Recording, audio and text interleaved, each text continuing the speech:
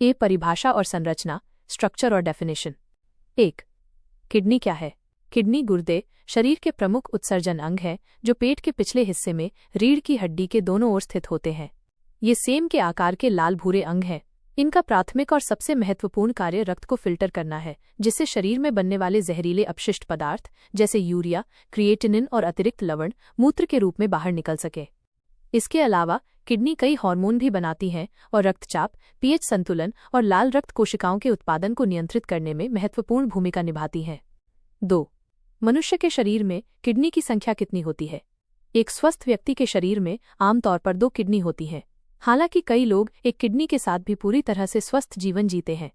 3. Kidney का आकार व आकृति कैसी होती है? किडनी की आकृति सेम के बीज जैसी होती है। एक वयस्क व्यक्ति की किडनी की औसत लंबाई 10-12 सेमी, चौड़ाई 5-7 सेमी और मोटाई 3-4 सेमी होती है। दाईं किडनी बाईं किडनी से थोड़ी छोटी और नीचे की ओर स्थित होती है, क्योंकि उसके ऊपर लिवर होता है। 4. किडनी शरीर के किस हिस्से में स्थित होती है? किडनी पेट के पिछले हिस्से में रीढ़ की हड्डी के दोनों ओर T12 से L3 कशेरुकाओं वर्टिब्रे के स्तर पर स्थित होती हैं। ये पिछली पेट की दीवार पोस्टीरियर एब्डोमिनल वॉल से जुड़ी होती हैं और इन्हें सबसे नीचे की पसलियां आंशिक रूप से ढकती हैं। 5. किडनी को ढकने वाली परतों के नाम बताइए। किडनी 3 सुरक्षात्मक परतों से ढकी होती हैं। फाइब्रस कैप्सूल ये सबसे भीतरी, पारदर्शी और पतली परत है जो किडनी को बाहरी चोट और संक्रमण से बचाती है। पेरीरेनल फैट कैप्सूल ये बीच की मोटी वसा की परत है जो किडनी को सदमे, शॉक से बचाने के लिए एक कुशन की तरह काम करती है। रीनल फैशिया ये सबसे बाहरी संयोजी ऊतक, कनेक्टिव टिश्यू की परत है जो किडनी को उसके स्थान पर स्थिर रखती है और इसे पेट के अन्य अंगों से अलग करती है। 6. किडनी का रंग कैसा होता है? किडनी का रंग गहरा लाल भूरा, डार्क रेडिश ब्राउन होता है। 7. रीनल आर्टरी का कार्य क्या है? रीनल आर्टरी वृक्क धमनी, महाधमनी एओर्टा से निकलकर हृदय से आने वाले ऑक्सीजन युक्त रक्त को किडनी तक पहुंचाती है। यह रक्त अपशिष्ट पदार्थों और अतिरिक्त तरल पदार्थ से भरा होता है जिन्हें फिल्टर किया जाना होता है। 8. रीनल वेन का कार्य क्या है? रीनल वेन वृक्क शिरा किडनी से साफ और फिल्टर हुए रक्त को हृदय तक वापस ले जाती है। इस रक्त में से अपशिष्ट पदार्थ हटा दिए गए होते हैं। 9. किडनी में नेफ्रॉन की संख्या कितनी होती है? प्रत्येक किडनी में लगभग 10 लाख से 12 लाख नेफ्रॉन होते हैं। यह संख्या जन्म के समय ही निर्धारित हो जाती है और जीवन भर बढ़ती नहीं है। 10. नेफ्रॉन को किडनी की कार्यात्मक इकाई क्यों कहा जाता है? नेफ्रॉन को किडनी की कार्यात्मक इकाई, फंक्शनल यूनिट, इसलिए कहा जाता है क्योंकि मूत्र बनाने की पूरी प्रक्रिया माइनस रक्त को फिल्टर करना, जरूरी पोषक तत्वों को वापस सोखना और अपशिष्ट को बाहर निकालना माइनस नेफ्रॉन के भीतर ही होती है। प्रत्येक नेफ्रॉन अपने आप में एक सूक्ष्म फिल्टरिंग इकाई है। बी. मूत्र निर्माण की प्रक्रिया, यूरिन फॉर्मेशन प्रोसेस। 11. मूत्र निर्माण की प्रक्रिया के चरण बताइए। मूत्र निर्माण एक जटिल प्रक्रिया है जिसके 3 मुख्य चरण हैं। 1. Glomerular filtration. ग्लोमेरुलस में उच्च रक्तचाप के कारण रक्त से पानी, लवण और छोटे अणु जैसे यूरिया, ग्लूकोज फिल्टर होकर बोमैन कैप्सूल में चले जाते हैं। 2. Tubular reabsorption.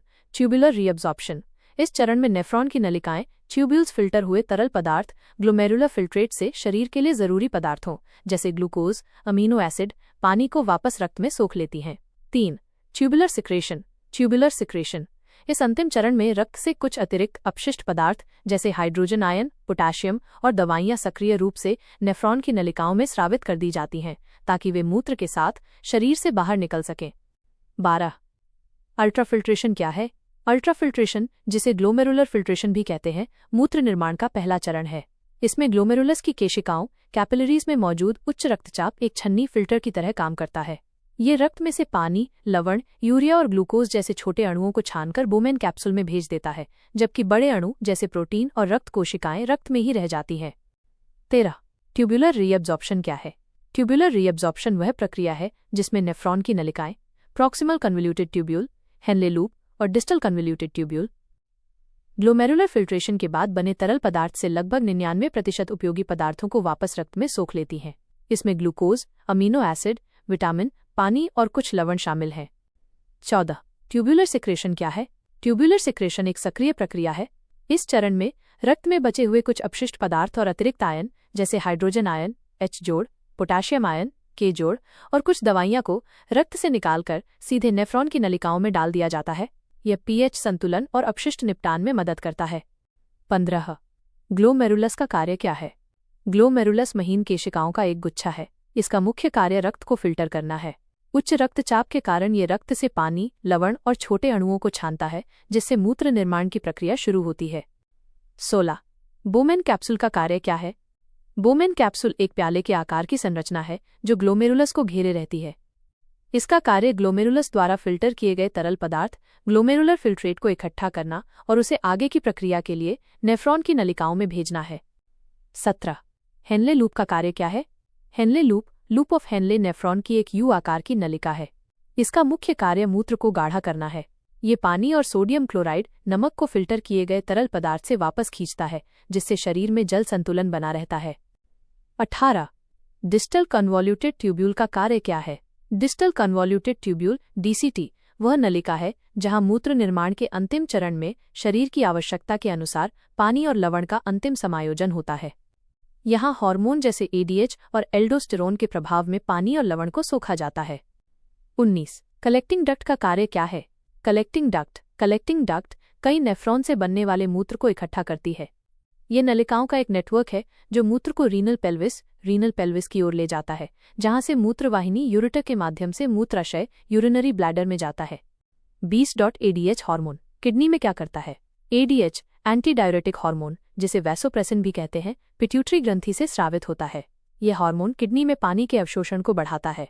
जब शरीर में पानी की कमी होती है तो एडीएच कलेक्टिंग डक्ट को अधिक पारगम्य परमेबल बनाता है, जिससे अधिक पानी वापस रक्त में सोख लिया जाता है और मूत्र गाढ़ा हो जाता है। सी. कार्य और महत्व, फंक्शंस और इम्पोर्टेंस। 21. किडनी शरीर में जल संतुलन कैसे बनाए रखती है?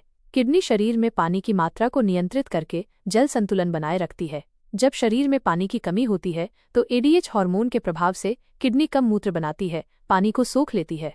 इसके विपरीत जब शरीर में अधिक पानी होता है तो एडीएच का स्तर घट जाता है और किडनी अधिक मूत्र बनाकर अतिरिक्त पानी को बाहर निकाल देती है। 22. किडनी शरीर में लवण संतुलन कैसे बनाए रखती है? किडनी सोडियम, पोटेशियम, क्लोराइड और कैल्शियम जैसे महत्वपूर्ण लवणों इलेक्ट्रोलाइट्स के स्तर को नियंत्रित करती है। ये हार्मोन एल्डोस्टेरोन के प्रभाव में लवणों को वापस सोखती है या उन्हें मूत्र के साथ बाहर निकालती है, जिससे शरीर में इनका उचित संतुलन बना रहता है। 23. किडनी का पीएच नियंत्रण में क्या योगदान है? शरीर के रक्त का पीएच 7.35 - 7.45 के बीच स्थिर रहना आवश्यक है। किडनी इस संतुलन को बनाए रखने के लिए दो मुख्य कार्य करती है। 1. यह अतिरिक्त हाइड्रोजन आयन H जोड़ को मूत्र के साथ बाहर निकालती है। 2. ये बाइकार्बोनेट आयन HCO3 को वापस रक्त में सोख लेती है। इन प्रक्रियाओं से रक्त न तो बहुत अम्लीय होता है और न ही बहुत क्षारीय। 24. यूरिया और क्रिएटिनिन का उत्सर्जन क्यों आवश्यक है?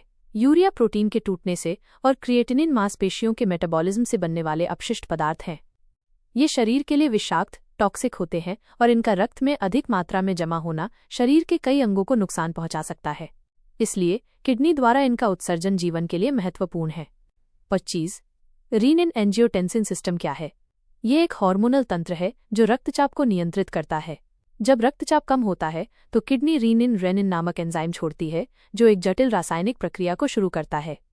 इस प्रक्रिया से रक्त वाहिकाएं संकुचित होती हैं और एल्डोस्टेरोन हार्मोन स्रावित होता है, जिससे रक्तचाप बढ़ता है। 26. एरिथ्रोपोइटिन हार्मोन का कार्य क्या है? एरिथ्रोपोइटिन EPO एक हार्मोन है जो किडनी द्वारा बनाया जाता है। ये अस्थि मज्जा, बोन मैरो को लाल रक्त कोशिकाओं RBCS का उत्पादन करने के लिए प्रेरित करता है। RBCS शरीर के सभी ऊतकों तक ऑक्सीजन पहुंचाती हैं, इसलिए EPO का उत्पादन शरीर में ऑक्सीजन के सही स्तर को बनाए रखने के लिए महत्वपूर्ण है। 27. विटामिन डी के सक्रिय रूप का निर्माण किडनी में कैसे होता है? शरीर में सूर्य के प्रकाश से और लिवर द्वारा निर्मित विटामिन डी निष्क्रिय अवस्था में होता है। किडनी एक 25 डाइहाइड्रोक्सी विटामिन डी कैल्सिट्रियोल नामक इसके सक्रिय रूप में बदलती है। ये सक्रिय विटामिन डी आंतों से कैल्शियम और फॉस्फेट को सोखने के लिए जरूरी है, जो मजबूत हड्डियों के लिए आवश्यक है। 28. किडनी के बिना जीवन संभव है या नहीं? नहीं, किडनी के बिना जीवन संभव नहीं है। किडनी शरीर से अपशिष्ट और अतिरिक्त तरल पदार्थ को हटाने का महत्वपूर्ण कार्य करती हैं। यदि दोनों किडनी काम करना बंद कर दें तो रक्त में जहरीले पदार्थ जमा हो जाते हैं, जिससे मृत्यु हो सकती है। ऐसी स्थिति में डायलिसिस या किडनी ट्रांसप्लांट ही जीवन बचाने के एकमात्र उपाय हैं। 29. किडनी रक्तचाप को कैसे नियंत्रित करती है? किडनी कई तरीकों से रक्तचाप को नियंत्रित करती है। तरल पदार्थ संतुलन, ये शरीर में पानी और सोडियम की मात्रा को नियंत्रित करती है, जिससे रक्त की मात्रा और रक्तचाप प्रभावित होता है। हार्मोनल नियंत्रण, यह रीनिन हार्मोन को स्रावित करती है जो रक्तचाप को बढ़ाता है। वासोडिलेशन, ये प्रोस्टाग्लैंडिन जैसे पदार्थों का उत्पादन भी करती है जो रक्त वाहिकाओं को फैलाकर रक्तचाप को कम करते हैं। 30. किडनी का तंत्रिका नियंत्रण किस प्रकार होता है? किडनी मुख्य रूप से स्वायत्त तंत्रिका तंत्र ऑटोनॉमिक नर्वस सिस्टम द्वारा नियंत्रित होती है। सिंपैथेटिक तंत्रिकाएं किडनी में रक्त वाहिकाओं को संकुचित कर सकती हैं, जिससे रक्त प्रवाह और मूत्र निर्माण की दर प्रभावित होती है। हालांकि किडनी अपने कार्य को मुख्य रूप से हार्मोनल तंत्रों के माध्यम से ही नियंत्रित करती हैं। डी. रोग और विकार, डिजीजेज और डिसऑर्डर्स। 31. नेफ्राइटिस क्या है? नेफ्राइटिस किडनी के ऊतकों या नेफ्रॉन में होने वाली सूजन, इन्फ्लेमेशन को कहते हैं। ये कई कारणों से हो सकता है, जैसे संक्रमण, ऑटो इम्यून बीमारियां या कुछ दवाइयों का दुष्प्रभाव। नेफ्राइटिस किडनी के कार्य को गंभीर रूप से प्रभावित कर सकता है। 32. नेफ्रोटिक सिंड्रोम के लक्षण क्या हैं? नेफ्रोटिक सिंड्रोम किडनी की एक बीमारी है जिसमें ग्लोमेरुलस की फिल्टरिंग क्षमता खराब हो जाती है। इसके मुख्य लक्षण हैं प्रोटीनूरिया, मूत्र में अत्यधिक मात्रा में प्रोटीन का निकलना।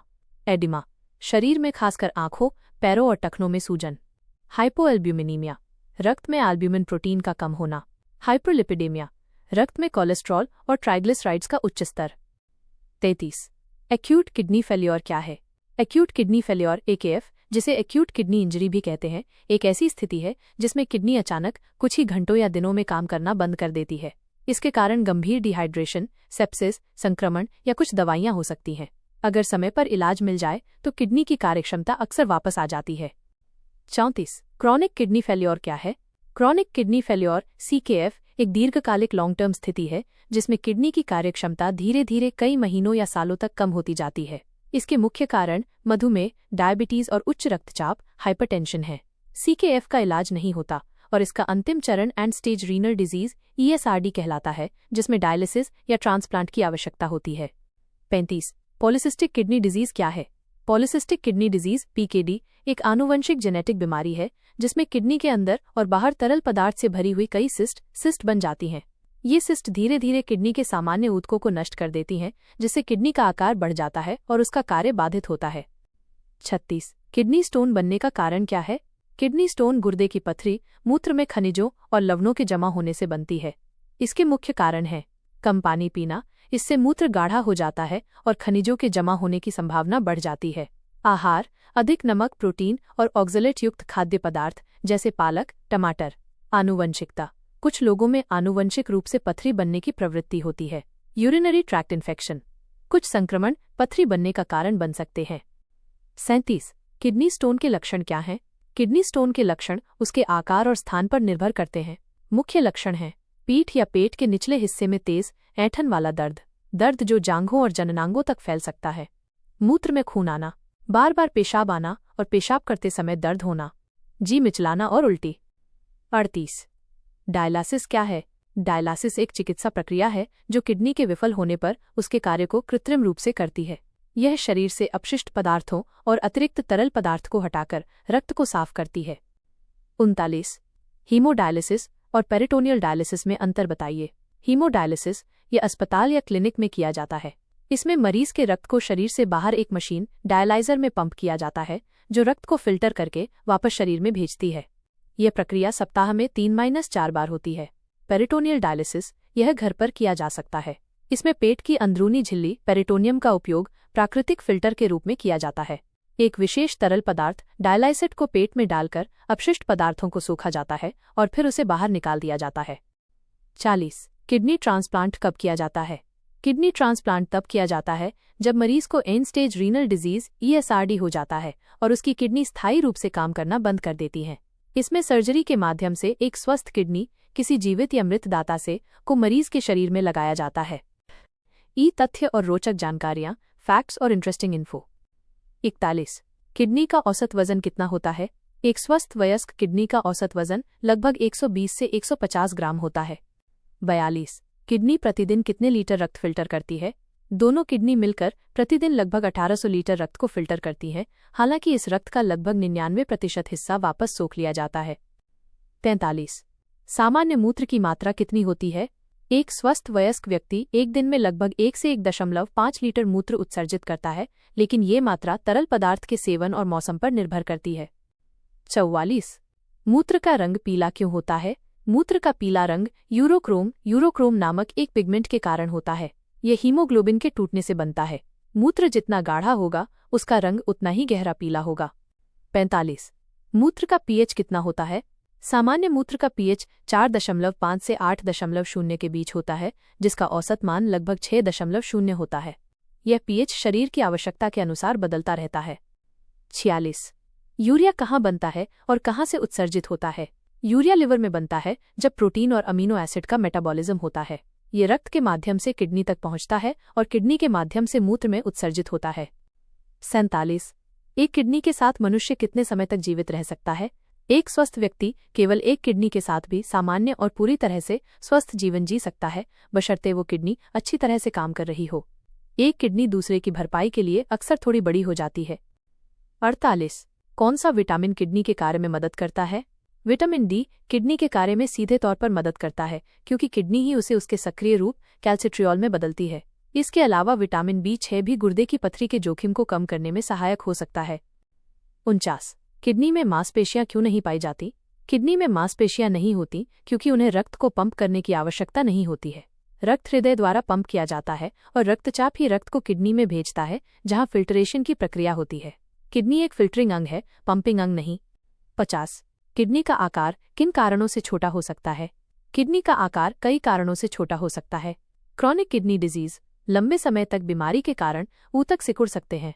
रीनल आर्टरी स्टेनोसिस किडनी को रक्त की आपूर्ति करने वाली धमनी का संकरा होना, जिससे रक्त प्रवाह कम हो जाता है और किडनी सिकुड़ जाती है। जन्मजात विकार जन्म से ही किडनी का छोटा होना। Renal hypoplasia. बुढ़ापा उम्र बढ़ने के साथ किडनी के ऊतकों का सिकुड़ना सामान्य है।